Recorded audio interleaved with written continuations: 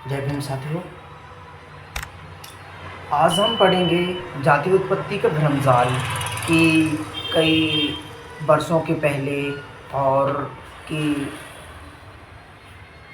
हमारे साथ लोगों ने, वो लोग जो कभी हम लोगों की बात SC ST और OBC आदिवासी पिछड़ा वर्गों के साथ कभी सोचते भी नहीं थे कि इनको समाज में अधिकार मिले, सत्ता मिले, शिक्षा मिले, समानता का अधिकार मिले। उन लोगों ने कैसे जाति का भ्रमजाल फैलाया है। आज हम जाति की उत्पत्ति यानी कि जाति उत्पत्ति का भ्रमजाल पढ़ेंगे। और इस पुस्तक की लेखक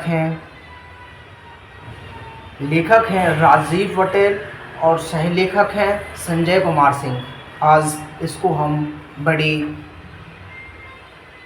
ध्यानपूर्वक एवं समझ कर पढ़ेंगे कि हमारे पूर्व क्या हुआ, कैसे हमारी जाति का भ्रमजाल फैलाया गया। चलो शुरू करते हैं।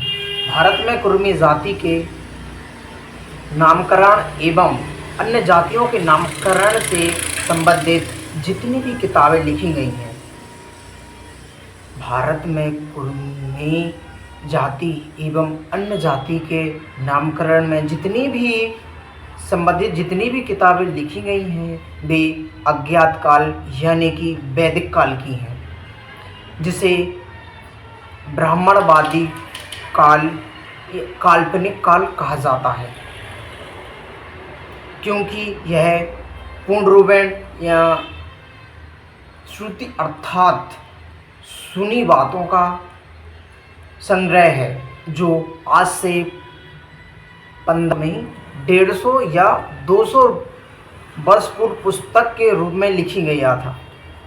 यानी कि 150 से 200 वर्ष पिछले पूर्व में पुस्तक के रूप में लिखा गया था, जिससे जातिगत लेखक अपनी पुस्तक की शुरुआत करते हैं, जिसे सृष्टि का निर्माण काल, रामायण काल, महाभारत काल से जाति की उत्पत्ति शुरू करते हुए सीधे मुगल काल यानी कि मध्यकाल या अंग्रेज काल, आधुनिक काल में पहुंच जाते हैं। यानी कि सीधे उस काल में पहुंच जाते हैं जिस काल में अंग्रेज़ आए हुए थे। लेकिन हमारा जो बीच का काल है, बुद्ध काल, गौतम बुद्ध जी का काल, उस काल को हमें कभी बताया ही नहीं गया है और डायरेक्ट ब्राह्मण काल से सीधे उठकर अंग्रेज़ों के काल में पहुंच गए हैं और अपनी जाति का इतिहास लिखना शुरू कर देते हैं। ये सिर्फ काल्पनिक बातें बनाकर हमें गुमराह किया गया है।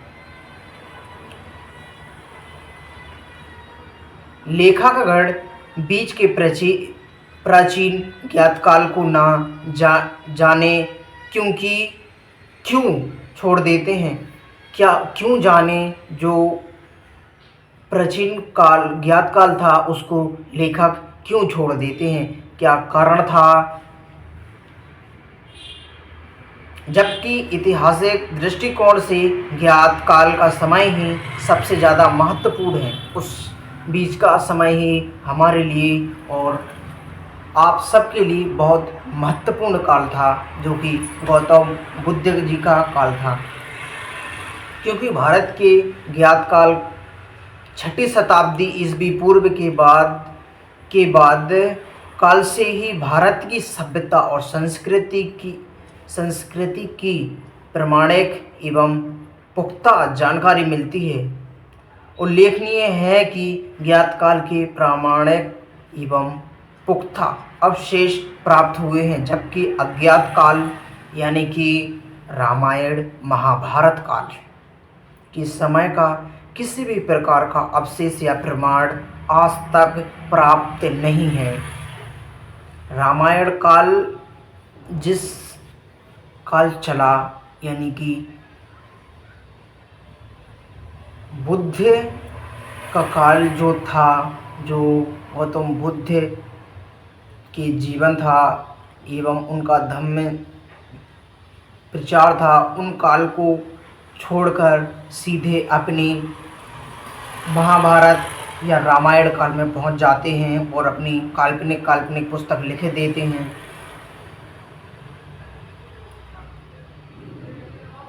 रामायण महाभारत काल के समय का किसी भी प्रकार का अवशेष या प्रमाण अभी तक कोई प्राप्त नहीं है और ना ही उसकी पुष्टि हुई है।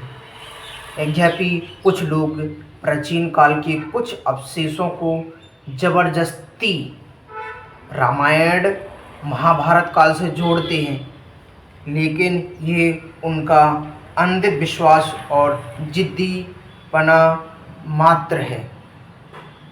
आप स्वयं भी ज्ञात काल को देख और समझ सकते हैं। पुरातात्विक दृष्टिकोण से ज्ञात काल यानी कि ऐतिहासिक काल को 3 भागों में बांटकर देख सकते हैं। प्रथम ज्ञात काल का समय पूर्व हड़प्पा काल,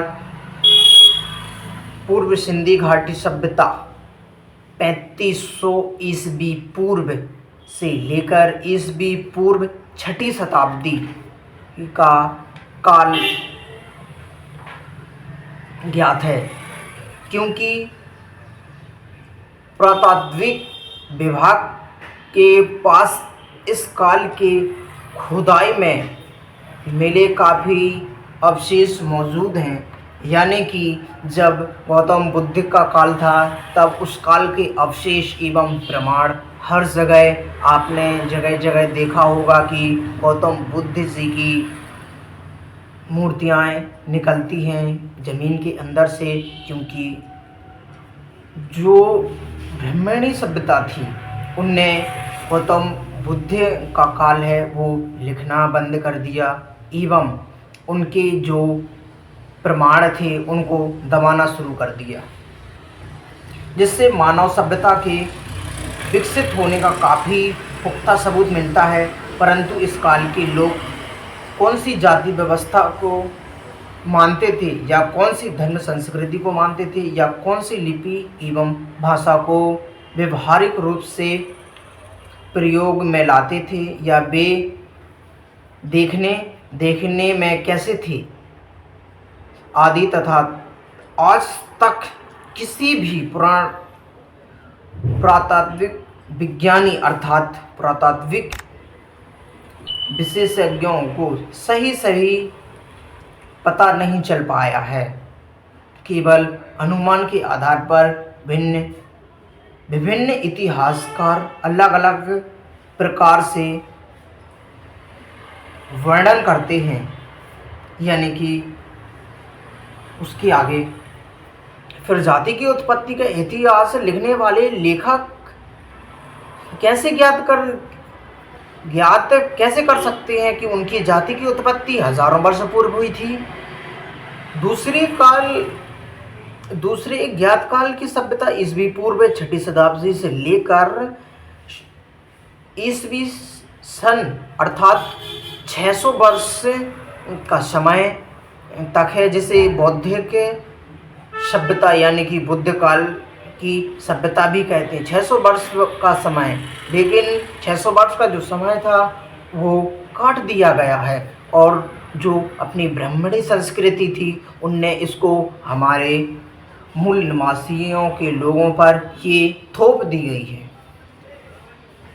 इस काल में कौन से लोग थे या उनकी धर्म संस्कृति क्या थी या उनकी लिपि और भाषा क्या थी या उनका नाम क्या था या उन सभी के सम्राटों का नाम क्या था अथवा उनके सम्राट में जो लोग थे वो कौन थे, आदि समस्त जानकारी पुरातात्विक विशेषज्ञों की एवं पुरातात्विक संग्रहालय को है। लेकिन इन सभी की जाति क्या थी, उस समय जो लोग थे वो कैसे थे, क्या भाषा का उपयोग करते थे, उनकी क्या परंपरा थी, क्या संस्कृति थी, इसका कोई प्रमाण नहीं छोड़ा है ब्राह्मणी संस्कृति ने, और जो अपनी काल्पनिक कथाएं थी वो बांट दी गई हैं, हमारे मस्तिष्क मन में भर दी गई हैं। इसकी प्रमाणिक जानकारी या साक्ष्य बिल्कुल उपलब्ध नहीं है। इस काल के लगभग हर सम्राट की शिलापट मौजूद हैं जिस पर किसी भी प्रकार की जाति व्यवस्था की जानकारी नहीं मिलती है। इस काल की मुख्य सम्राटों के वंश एवं स्थापित करने वालों के नामों की संक्षिप्त में चर्चा कर रहा हूँ। जैसे सबसे पहला ज्ञात सम्राट 6वीं शताब्दी ईस्वी पूर्व में मगध का वंश का सम्राट बिम्बिसार है।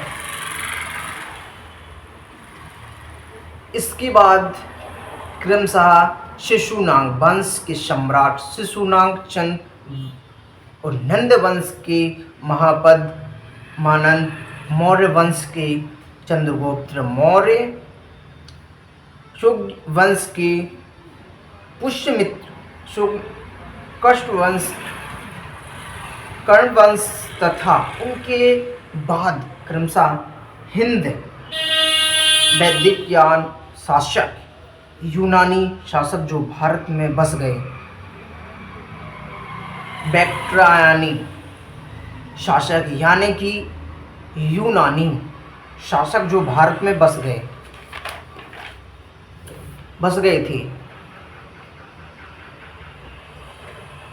मिनांडर शक और कुषाण वंश में राजाओं का शासक रहा। इसी सभी सम्राटों के समय बुद्ध की धर्म संस्कृति काफी उत्कर्ष पर थी और लिपि ब्राह्मणी व भाषा प्राकृत यानी कि पाली भाषा थी। इस सभी का साक्ष्य व प्रमाण के रूप में शिलापट हर ओर प्रचुर मात्रा में मिलते हैं, साक्ष्य के रूप में हर समय मिलते हैं। लेकिन जाति व्यवस्था या वर्ण व्यवस्था की चर्चा का प्रमाण इस शताब्दी में नहीं मिले हैं, ना ही मिल रहे हैं, कहीं भी नहीं मिलते हैं। इस जाति व्यवस्था का कोई प्रमाण एवं वर्ण व्यवस्था का कोई प्रमाण कहीं भी नहीं मिलते हैं। तीसरी ज्ञात सभ्यता का काल ईसवी सन से लेकर ईसाबाद इस 8वीं ईस्वी शताब्दी प्रथम ईस्वी से 800 ईस्वी तक का था। इस सभ्यता को भारत का स्वर्ण काल भी बोला जाता है। इस सभ्यता के मुख्य सम्राटों में कुषाण वंश के कनिष्क, गुप्त वंश के चंद्रगुप्त, विक्रमादित्य, वर्धन वंश के हर्षवर्धन और पाल वंश के प्रथम शासक गोपाल और धर्मपाल का नाम आता है। जो ये सम्राट थे इनका हमें आज तक कोई जिक्र किसी भी ग्रंथ में नहीं मिलता है, क्योंकि यह सम्राटों का काल उन ब्राह्मणी संस्कृति और सभ्यता ने हमें भुला दिया गया है और हमें कभी इस चीज़ का ना भनक हुआ है ना ही हमें ज्ञात है। इस काल में भी लिपि ब्राह्मणी और भाषा पाली की प्रमाणिकता प्राप्त होती है। साथ ही धर्म संस्कृति में बुद्ध का अवशेष उपलब्ध है, परंतु इस काल में भी जाति एवं वर्ण की बनावट कहीं भी या कहें तो किसी भी सम्राट के समय देखने को नहीं मिलती। यानी कि जो सम्राट थे चंद्रगुप्त मौर्य, विक्रमादित्य, ये सम्राट थे, इनके समय कभी भी जाति सभ्यता का कोई साक्ष्य प्रमाण नहीं है, क्योंकि उस समय जाति व्यवस्था थी ही नहीं। ये ब्राह्मणिक काल्पनिक जब यूरेशियन ब्राह्मण हमारे देश में आए रहने के लिए, तो उनने ही हमारी संस्कृति एवं हम मूल निवासियों के को जाति व्यवस्था में बांट दिया है। इसका इस इस कालखंड की सबसे बड़ी उपलब्धि नालंदा विश्वविद्यालय की स्थापना 415 ईस्वी से 450 ईस्वी के बीच की थी, जिससे देश विदेश से शिक्षा ग्रहण करने लोग आते थे। जो नालंदा विश्वविद्यालय है वो 415 ईस्वी से 450 ईस्वी के बीच की इनकी स्थापना 415 ईस्वी में हुई, उसमें जो लोग शिक्षा ग्रहण करने के लिए आते थे वो अपने देश के नहीं बल्कि कई विदेशों से भी नालंदा विश्वविद्यालय की शिक्षा ग्रहण करने के लिए आते थे। उस समय की सामाजिक एवं संस्कृति व्यवस्था का महत्वपूर्ण वर्ण नालंदा के अवशेषों में समाहित है, जिसमें कहीं भी वर्ण व्यवस्था या जाति व्यवस्था की कोई चर्चा ही नहीं हुई है। जो उस समय का जो नालंदा विश्वविद्यालय था, उस समय वर्ण व्यवस्था एवं जाति व्यवस्था की कोई भी साक्ष्य नहीं प्राप्त हमें होता है।